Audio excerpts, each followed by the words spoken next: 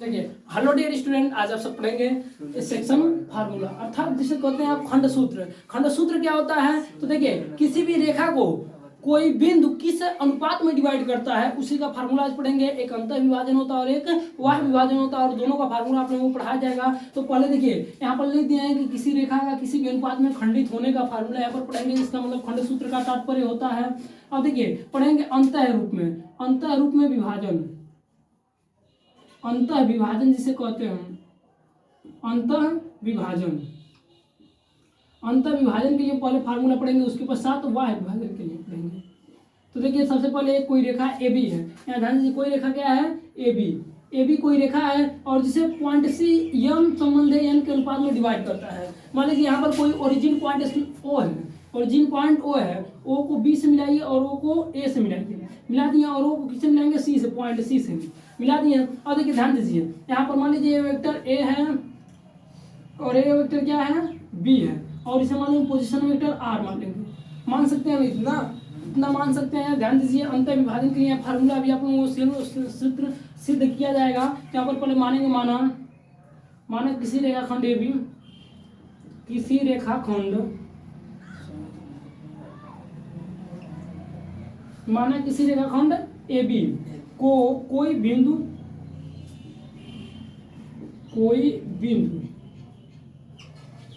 यम व यन के अनुपात में विभाजित करता है। इतना भाषा लिख सकते हैं, विभाजित करता है।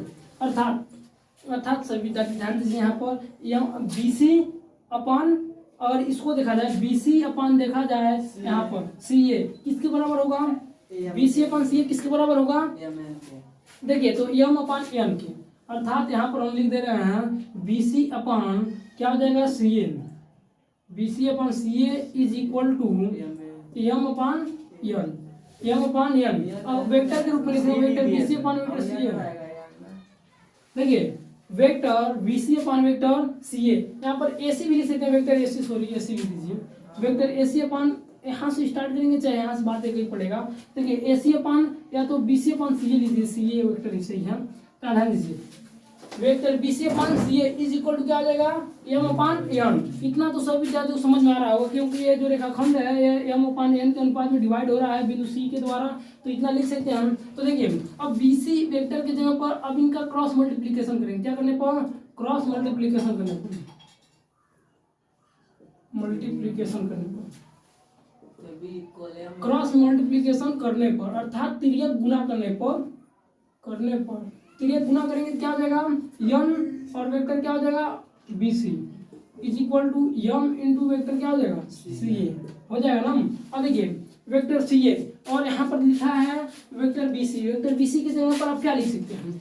ध्यान समझिएगा आप लोग, यदि समझदार हो तुरंत समझ जाए, पॉइंट वाली बात है। देखिए, यहाँ पर यन है तो यन हो गया, और देखिए बी सी की जगह पर क्या लिखते हैं? सी का पोजीशन वेक्टर, सी का पोजीशन वेक्टर, अर्थात हेड से लिखना स्टार्ट करते हैं डियर स्टूडेंट। ध्यान दीजिएगा, हेड से, तो यहाँ पर ओ सी वेक्टर हो जाएगा और माइनस क्या होता है? बी ओ बी वेक्टर, ये पोजीशन वेक्टर के रूप में लिखेंगे। इतना अगर जो विद्यार्थी समझ गए सब समझ जाएंगे।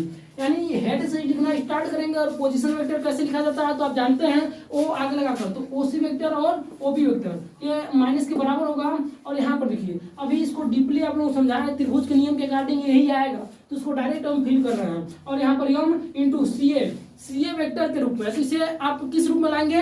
अभी देखिए, पोजीशन वेक्टर के रूप में, तो बिंदु ए का पोजीशन वेक्टर क्या होगा?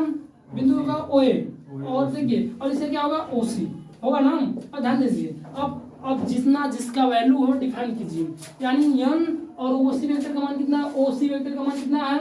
वेक्टर आर, और ओ बी वेक्टर का मान कितना है? ओ बी का वेक्टर बी है।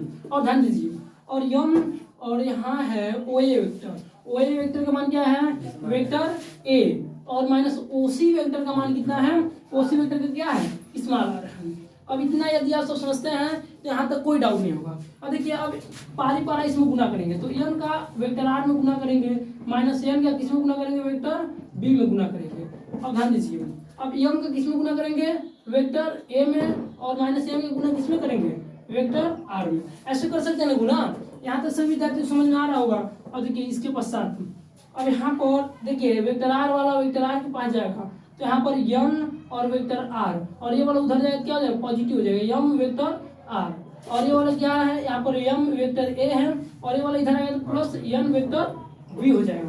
और देखिए इसमें क्या कॉमन हो सकता है, वेक्टर आर इजीली कॉमन हो सकता है, तो बचेगा क्या, यम प्लस एन बचेगा, और इसमें क्या कॉमन है, कुछ नहीं है, तो इसको ऐसे लिख देंगे M vector A plus M N vector B हो जाएगा ना। और नीचे क्या है, देखिए कुछ नहीं है। अब यहाँ पर क्या करें, वेक्टर आर को इधर भेज सकते हैं कि नहीं भेज सकते हैं आप, या वेक्टर ये आर का ही मान ज्ञात करना है, यानी उसी वेक्टर का मान ज्ञात करना है, तो इसको एम एन को इधर भेजिए, तो यहाँ पर यम ए वेक्टर प्लस क्या हो जाएगा, एन बी वेक्टर, और नीचे क्या आ जाएगा, एम प्लस एन हो जाएगा कि नहीं हो जाएगा। और देखिए यही इसका क्या हो जाएगा, अंत विभाजन के रूप में फार्मूला हो जाएगा, अर्थात सेक्शन वेक्टर में अंत विभाजन कोई रेखा को यम संबंध एन के अनुपात में कोई बिंदु डिवाइड करता है अंत विभाजन, तो उसका फार्मूला क्या हो जाएगा, तो vector R is equal to M A vector plus N A vector upon क्या हो जाएगा, एम प्लस एन। तो यही इसका फार्मूला है। सभी विद्यार्थी इसको रिमेंबर कर लीजिए, जल्दी से इसके साथ लीजिए इसे।